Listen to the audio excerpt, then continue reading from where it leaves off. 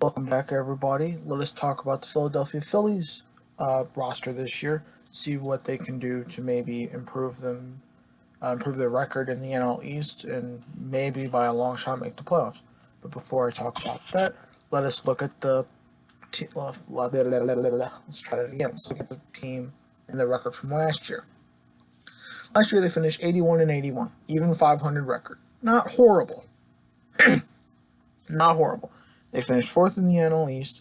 In between the Mets is third and the Marlins is fifth. So they're in the cellar of that division. They had a bad year last year. Not a horrible record, but some of the players that they needed to perform did not perform. And to perform as well as they're getting paid to perform. Goal for the Phillies this year, you have to think it's to make the playoffs.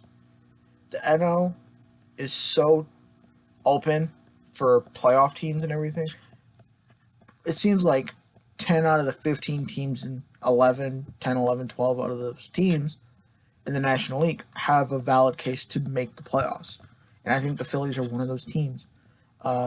Key additions that they got in the offseason, they signed Zach Wheeler, so that's going to be probably their number 3 starter.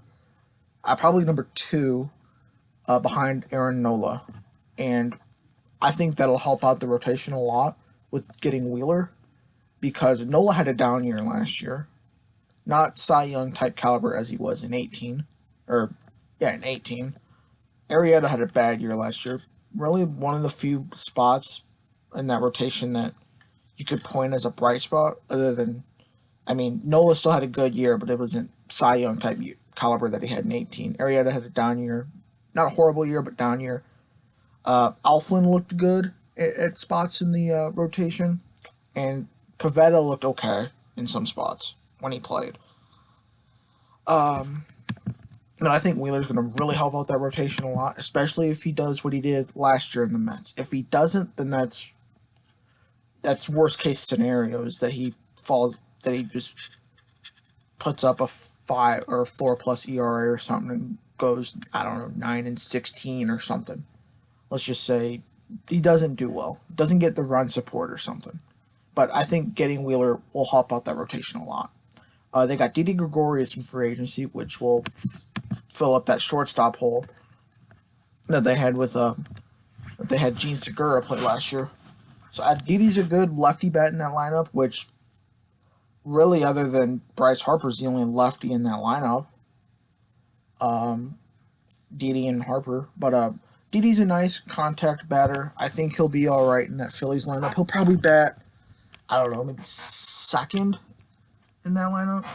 At least that'd be my guess. Maybe second. What else? Who else did you guys pick up in free agency? This one was a little bit of a depth move, but you guys picked up Josh Harrison.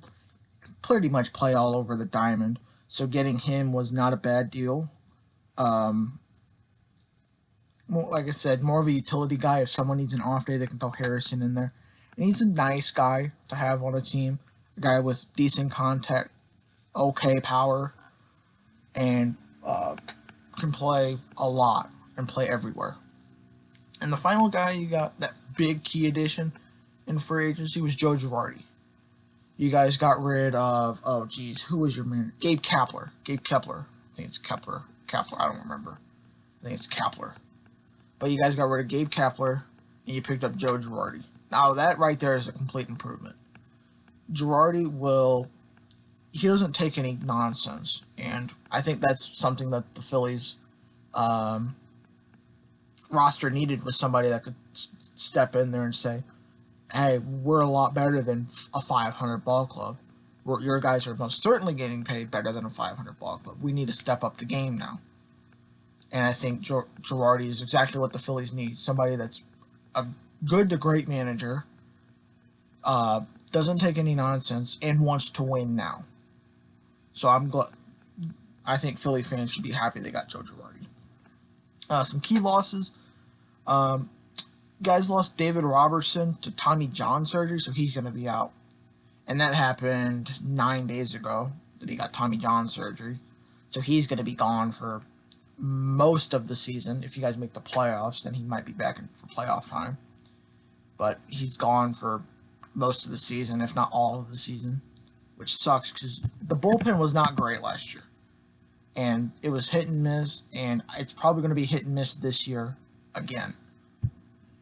Um, when Hector Neris is your closer and Dominguez is your setup man, and those guys were completely inconsistent last year, it's going to be rough at some points in the bottom third of games um, with those guys coming up. But Robertson's going to be out for probably the season. You guys lost Michael Franco to free agency. At the beginning of the season, he was really good in that 8-hole. But other than that, after that, Franco came back and was typical Franco, not really that good during the full 162 game season. It wasn't consistent. That's a lot of problems with a lot of people, is they're not consistent. And Franco was not consistent last year. He had started off great and then just started the decline throughout the season. And you guys also lost Cesar Hernandez, who was your second baseman. And now Segura's taking that spot because Didi's playing short. I don't mind getting rid of him. I mean, yes, Cesar Hernandez is a switch hitter, which helps out immensely in some spots. Decent fielder, decent speed, good contact, but I mean, you got that in Segura pretty much. So I don't really mind letting him walk. It would have been nice if you could have kept him and had him on a bench, had him as a bench piece, but maybe he didn't want to be a bench player, which is completely understandable when you're starting. I think stuff to look for this year. I think bounce back seasons from Nola and Arrieta. Like I said earlier, Nola he wasn't a Cy Young type. It wasn't a Cy Young type season from Nola, which he was in 18 and 17, and they kind of needed him to be a Cy Young type caliber season because if he's a Cy Young type player, they win more games. And same with Jake Arrieta.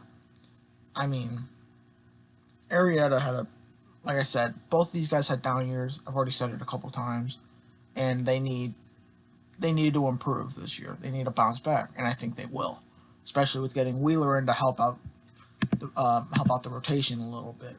But I think maybe. And then another thing that to look out for is strikeout numbers for these guys. I mean, Harper struck out freaking 178 times last year. I think Rhys Hoskins about struck out 200 times last year. It's close to 200, I think. 173. So they about struck out the same. And I mean, get the strikeout numbers down, and you might be fine. Because when you're striking out, when two of your best players are striking out 300 times combined, you're not going to win a lot of games. When they go 0 for 4 with 4 strikeouts or 0 for 3 with 3 strikeouts, you're not going to really win a lot of games.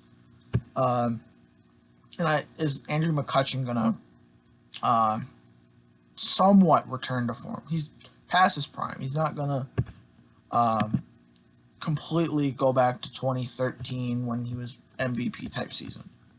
But can he at least bat around 260, 270? About bat for average and get a lot more plate appearances? Because last year he was hurt, which doesn't help. He might have had a better season if he wasn't hurt, but can he stay healthy throughout this whole year? That's going to be something to look out for. And I mean, you still got Real Muto at catcher, so you got one of the best catchers in the league, if not the best catcher in the league, hitting and defensively. And I mean, you always got to look out for Harper because with Harper, it's really entertaining.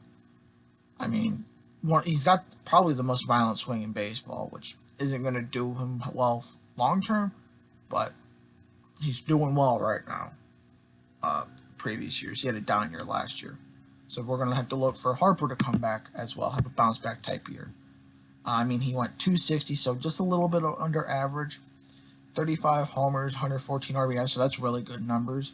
And I mean, he had 99 walks. Well, if you add up walks and intentional walks, he had 110, and he had 178 strikeouts. So if he could tone down those strikeout numbers, he'd be fine.